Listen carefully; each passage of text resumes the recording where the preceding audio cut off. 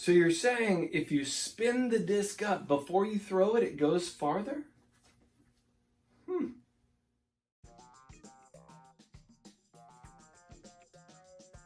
All right, welcome back everybody to another episode. Today I'll be talking about low back pain. Now, there could be a lot of problems with people's low backs. There's several different causes, from disc problems to joint problems to biomechanical issues to strength problems to actual muscular imbalances within their body. I mean, disc golf is a very unilateral sport. You're doing one thing to one side constantly, so sometimes it can twist or throw the body out of alignment, out of its natural movements, so to speak. It can affect the kinetic chains in the body. So I'll be showing you some exercises, some stretches, some things that you can do to help your low back. Of course, sometimes people tell me their low backs get tight after their rounds, or they throw and they get pain with either their forehands or their backhands, whatever it might be. So I'll show you a few things. I hope this helps you, and I know it's helped me, and it's helped some people that I know. So if you have a serious problem or you have something underlying, of course it's always important to seek professional advice. But let's try these things out first, huh? And of course, if you have any pain or discomfort while doing these things, please discontinue doing them or don't do them so intensely. So let's talk about some problems first that people can have. So here's one, and this is a technique issue here that I think is pretty common. It's where the shoulders rotate much differently than the hips do, and they create a torsion in the low back.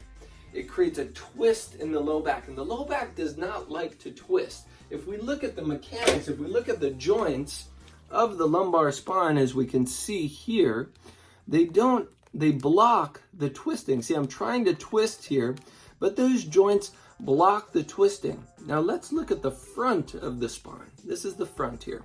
These are the discs in the low back. And just look at that. When we twist the low back, the disc becomes affected, okay? It's because the force cannot travel, the torsion cannot travel through the joint, and so it travels much more through the disc. And that's where it can create inflammation, it can create pain, discomfort, and problems down the line in the long run. So when we're trying to muscle shots, for example, and pulling through, we can sometimes create that twist in the lumbar spine that's just a little too much. It's too much force. And then when we're following through, if we're not following through with our hips and rotating on that heel in the front, then we're also creating a torsion in the low back. And our low back, again, it's not designed for twisting so much. And so doing that repetitively over and over and over again, especially if you already have a pre-existing weakness in the spine, either because there's a mechanical problem or there's just a muscular weakness, that's going to cause issues over the years. Another thing is posture. Your grandma told you when you were a little kid to sit up straight. Lift your chest up, lift your chin up. I have another video all about posture. Please take a look at that. But basically, we want to have a nice lifted chest here. We want to have a strong posture here, and that's going to really help the spine. Just not only playing disc golf, but throughout all of our activities. One of the biggest issues is people are down on their phones like this for how many hours a day? You look at kids these days, and they're on their phone for 5, 6, 7, 8 hours a day, Snapchatting, texting, doing whatever they're doing these days. TikToking, I guess, is the big one. So let's talk about some warm-ups that you can do. The first one is just gentle spinal twists. Keeping the chest lifted and doing these gentle twists. Again, you're not creating a big torsion in the low back, maybe a little bit, but it's just warming up the joints, warming up the muscles. But most of that rotation in this is coming from the mid-back. And the mid-back is very important because that's where your shoulder is pulling from. It's pulling from the mid-back. You have your rhomboids, you have your traps, all stabilizing your shoulder for that follow-through, okay? So doing some gentle twists here, helping to warm up that mid-back, get that lubrication of the synovial fluid flowing. Again, it's like that motor oil or WD-40, getting that rust out of our joints a little bit, keeping the joint healthy, keeping it strong, increasing blood flow. It's all good stuff. So that's a good one. The next one are more kind of things that you can do at home. Now, again, I don't really recommend stretching the low back. Oh, let's move that a little bit. There we go. Good. And we'll go right down here. Because what happens when we stretch our low back, especially in the morning, at nighttime our disc swells up and it becomes full of fluid. And in the morning, that's expanded and it can actually stretch out the disc material. The annulus fibrosus is what it's called, the outer layers of the disc. And so stretching that can cause more discomfort and more pain.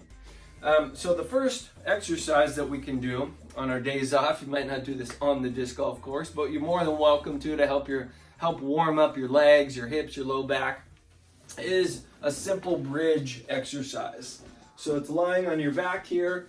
You want your knees bent about 90 degrees. You don't want your knees too far in. That's too easy. You want to engage your hamstrings, your glutes, and the muscles of your low back. And it's just a simple bridge here. And you hold for a couple seconds and then go down. And you hold for a couple seconds and go down. And if that exercise is too easy for you, you can do it on one leg. Here, lifting one leg in the air, lifting, holding, and down. Now you might feel some strain in your hamstring. That's wonderful. You want to feel a little bit of a burn, a little bit of a muscle workout, if you will. And what that's doing is it's strengthening the muscle, it's increasing blood flow, it's warming it up. It's going to help with your biomechanics and how you move throughout the day in your normal everyday to-day life, and while you're out on the course too. Okay, the next exercise is called the Superman or the cross crawl here. So you're going to be face down on the floor on a mat from here, and you're lifting up your chest, and if you can, lift your hips, extending the hip here. Now you're not trying to extend it as high as you can. You don't want to get a little pinch in the low back. You're just trying to engage the paraspinal musculature of your low back. And you can actually feel here, if you palpate your low back and just feel your low back, you can feel the muscles there on both sides of your spine. If you notice that one side is much stronger than the other, or there's a lot more muscle on one side, there might be some kind of shift, might be some kind of problem there mechanically or neurologically speaking, and it's something that we can look at or you might want to see a professional about. So it's extending here and just lifting extending the hips slightly off the table, and you can lift up here. Oh, this is a good workout. I love doing these videos here. And holding there and down and lifting a little bit and down. Again, it's not lifting and trying to squeeze and pinch as high as you can. It's just lifting gently off the ground. If that is too difficult for you, I recommend doing a cross crawl. The way that works is you lift one leg up and you lift your head and you lift the opposite arm up. And you're going like so. Good. And this is wonderful for creating that coordination in the low back, working out those muscles a little bit. It's similar to a bird dog exercise if you're familiar with the bird dog. So those are two exercises that you can do to help strengthen your low back.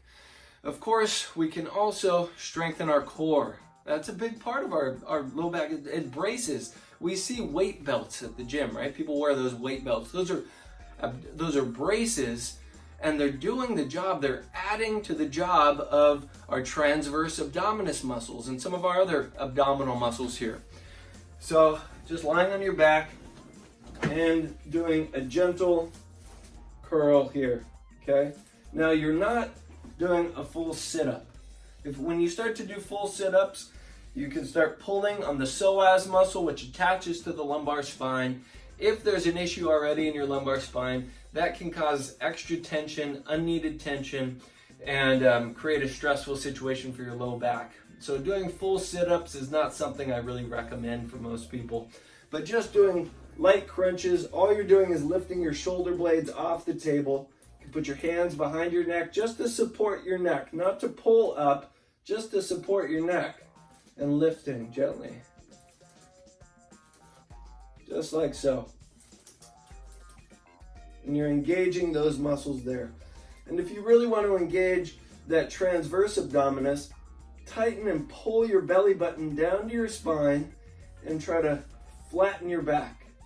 And so if you looked at a side view of my back, it would be going up here and flat to the table there. And that's going to help engage that transverse abdominis, of course, all the other muscles as well. And those are wonderful exercises for your core, for your low back muscles. Now let's go into some stretches here, some stretches. Now, again, I don't really recommend stretching the low back. I like active stretching, such as the rotations here. Maybe a cat-cow pose like in yoga, where you're extending and flexing and extending and flexing. Doing something like that. And you can do this in a seated position. Sometimes when people do it on all fours, they extend their back a little too much, and it just puts a little too much strain, unless they're being coached. It's a great exercise to be coached in, but if that's, just notice where your body is at. Does it hurt? Is it easy for you to do? Is it fluid for you to do? So next is stretching, and for the low back, I usually recommend stretching the legs. It's something that oftentimes low back problems come from, feet problems, or they come from neck problems. But stretching out the legs can really help kind of mitigate those issues. So first, hamstring stretch, of course. When you're doing a stretch, I recommend holding for about 45 seconds, maybe even a minute. When I'm doing my hamstring stretches, I might have a timer on. I'll do both sides 2 or 3 times if I'm doing a stretching routine, which I do a few times a week. So have the legs straight, lift your chest up. This is not about how far you can reach. We're not trying to stretch the low back and curve the low back. We're trying to stretch the hamstrings, which is our hip extender. And so we want to lift our chest up. You can use your hands here and gently pull on the back of your thigh to get that nice good hamstring stretch. If you have a strap, you can also put a strap on your toe and just gently pull. We're not trying to lean forward. This is not a distance reaching competition. So the hamstrings. The next is the adductors. These are the muscles on the inside of our leg. And we have 5 of those there. And we can just stretch those out as well. And you might want to move around a little bit until you feel where the stretch is being engaged the most. So it's just spreading the legs out wide and stretching one side. It's like that triangle pose in yoga, kind of just stretching all of those. And the next is for your abductor here. This is your gluteus medius. Of course, the TFL is there. Your IT band goes all the way down. Just sticking your hip out to the side. And if you lean forward a little bit, you might feel that stretch and that burn just a little bit more. Of course, we want to have a good stretch. Again, if you're feeling any pinching, stabbing, radiating pain down your legs, any pain within the joints, discontinue these exercises. It should feel just like a nice stretch. Hopefully we all know what that feels like. And just stretching there, stretching the adductors from a few different angles, those abductors there. Good. You can stretch your quads as well. Most of the time it's not the quads that are the big issue, it's the other muscles, but we can stretch those out as well. And finally, let's go down to the glutes. Now, when I say glutes, I'm really talking about the hip stabilizer muscles. There's 6 deep stabilizers underneath the glutes. Well, yeah, there's more. There's several muscles that stabilize our hip, not just the glutes, okay? So, the way we do this, put one ankle over the opposite knee, lift your chest up, and from here, you're going to lean forward slightly, twist your body towards the knee, and gently pull that knee up to your chest. Oh, that feels good. And that's going to stretch all back here, all on the back side of your leg there. And that should feel like a really good stretch. Sometimes people have sciatica. They might have piriformis syndrome. That piriformis muscle is a major hip stabilizer muscle. And it's also an external rotator, and it assists in different motions. And of course, when we're playing disc golf, when we're doing our X step, our follow through, we're using all of our hip stabilizers. And so if there's an issue and we haven't warmed up our hips, of course that force is going to transmit probably to our low back, maybe somewhere else. Okay, well that's about all I wanted to cover today. Of course there are lots of different things that you can do for your low back, but those are some of the main things that I think might help you. If you have any questions, please feel free, leave them in the comments. I would love to hear from you. And hey, have fun out on the course. And if this helps you, please let me know. Have a wonderful day, and I'll talk to you in the future. Bye-bye.